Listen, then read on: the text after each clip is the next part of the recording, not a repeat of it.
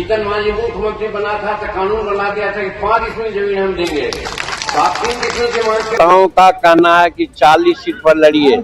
जीतन राम मांझी गया में जबरदस्त एक्शन मूड में दिखे हैं। गया के सिरभाटी में उन्होंने भरी मंच पर ऐसा ऐलान कर दिए हैं कि बीजेपी और जेडीयू की टेंशन्स बढ़ गई होगी। हालांकि वो ऐसे बहुत सारे ऐलान करते रहते हैं और उसको लेकर करके बड़ी सारी बगावत अपने आप में हो जाती है, लेकिन गया के सरघाटी में भरे मंच पर जिस तरह से वो ऐलान किए हैं कि इस बार किंग मेकर हम की तरफ से होगा, यानी हमारी पार्टी की तरफ से होगा।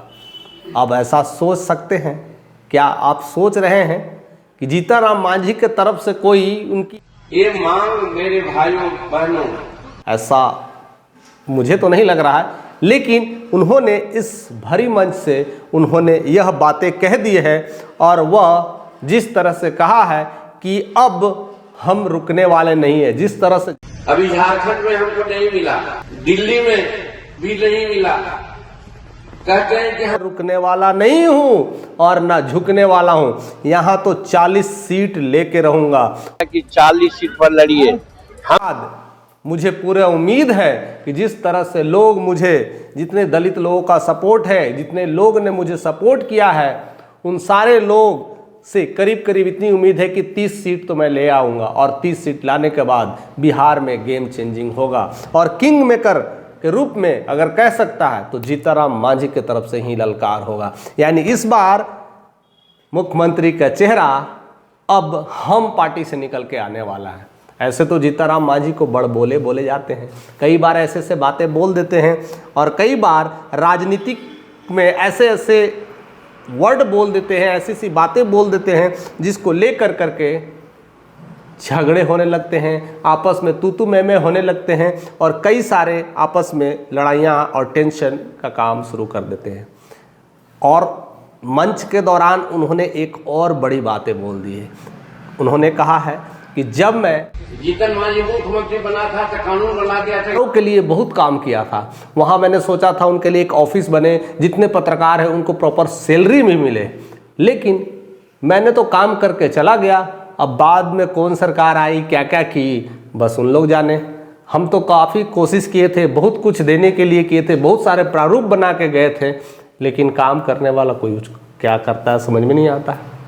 अब ऐसे बयान दे रहे हैं जिससे बीजेपी के साथ साथ जेडीयू में टेंशन बढ़ रहे हैं। यानी अब डायरेक्टली नीतीश को चैलेंज दे रहे हैं या डायरेक्टली कहो तो बीजेपी के चैलेंज दे रहे हैं। यानी अब सम्राट चौधरी भी सपना ना देखें कि मैं सीएम बन सकता हूं, विजय सिन्हा भी सपना ना देखें कि मैं सीएम बन सकता हूं, और खुद सीएम नीतीश कुमार वो तो छोड़ ही दे, अब उनका तो कुछ होने वाला नहीं है, लेकिन वही नीतीश कुमार जीतन राम मांझी को मुख्यमंत्री बनाए थे और लतियाए थे। ये तो मेरी गलती है कि इस आदमी को हमने बना दिया था मुख्यमंत्री। नहीं ठीक है, ये कोई सेंस नहीं है, ऐसे ही बोलते रहता है, कोई मतलब नहीं है। हाँ, और यह अपने आप में एक ऐसी चुनौती है जो हर कुछ को हिला के रख देती है, लेकिन ऐसी चीज़ें चलती रहती है, लेकिन ऐसी बातें होती रहती है। बट वो आप वीडियोस अब देखते हैं तो हंसी निकल ही जाती है और ऐसी हंसी बिहार में ठिठोलियाँ होते रहती है। लेकिन जीतन राम मांझी ने जिस तरह से ऐसे बयान दिया है, जिस तरह से उन्होंने ऐसी बातें कही है, वह अपने आप में एक मुश्किलें खड़ी कर दे रही है और कहीं ना कहीं एक चौंका देने वाली भी बात है और वो कहीं ना कहीं टेंशन्स बाकी भी पार्टियों को दे के जा रही है। हालांकि कभी वो कहते हैं कि अगर साथ नहीं देंगे तो हम आरजेडी में चले जाएंगे, कभी कहते हैं कि हम अपना पार्टी बनाएंगे, अपना क्षेत्रीय दल मजबूत करेंगे और 40 सीटों के लिए तो इस बार रगड़ बनाए हुए हैं। क्या लगता है कि उन्हें 40 सीट मिलेगी?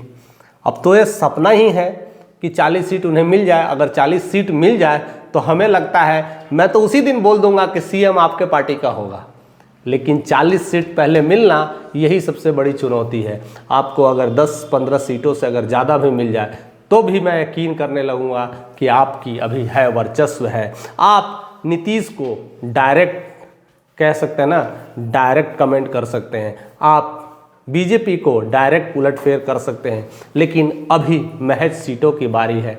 आप जिस तरह से 40 सीटों की बात करते हैं मुझे तो ऐसा नहीं लगता कि 40 सीट के लिए आपको वहाँ तक कोई भी समर्थन करेगा। आपको कहीं ना कहीं एनडीए के साथ छोड़ना ही पड़ेगा, तभी कुछ मामला ऐसा हो सकता है। और आप छोड़ पाएंगे कि नहीं, ये भी एक क्वेश्चन मार्क बना हुआ है। फिलहाल जनता जनार्दन है हमारे साथ, बहुत कुछ जानती है, बहुत कुछ सोचती है, वो सब कुछ अपने मंच पर साझा करेगी और बताएंगी कि क्या जीतन राम मांझी के तरफ से ऐसा हुंकार और जिस तरह से उन्होंने कहा है कि हमारी पार्टी का सरकार बनेगा, क्या यह संभव है? अगर संभव है तो कैसे, ज़रूर कमेंट करके बताइएगा। चैनल पे नए हैं तो सब्सक्राइब करके जाइएगा।